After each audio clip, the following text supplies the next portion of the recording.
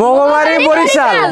12 কার্নিভালটা প্রতি বছরই Bangladesh cricket board আয়োজন করে। বোর্ড সভাপতি আমাদের লিজেন্ডারি ক্রিকেটার আমিনুল ইসলাম বুলবুল ভাই একদম ব্যক্তিগতভাবে মনিটর করে এই প্রোগ্রামটা করছেন।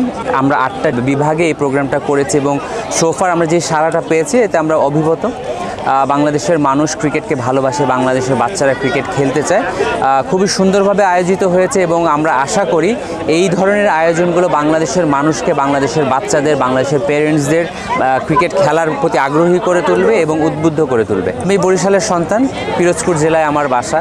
সো বরিশালে প্রতিবারই আসতে পারা বা বরিশাল ক্রিকেটের সাথে নিজেকে সংযুক্ত রাখতে পারা, এটা আমি খুবই গর্ববোধ করি।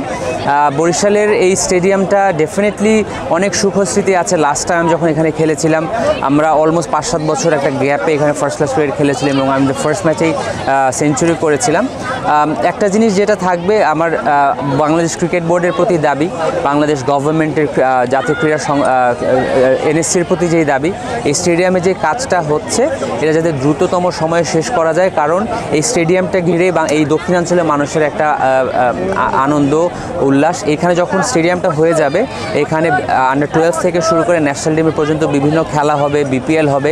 এই দক্ষিণাঞ্চলের মানুষ ক্রিকেটের সাথে আরও ইনভলভ হতে পারবে। ভাইয়া আমরা সবাই বরিশালের মানুষ, আমরা বরিশালে খেলা দেখতে চাই। সো আমাদের মাঠটা তাড়াতাড়ি করিয়ে দেন।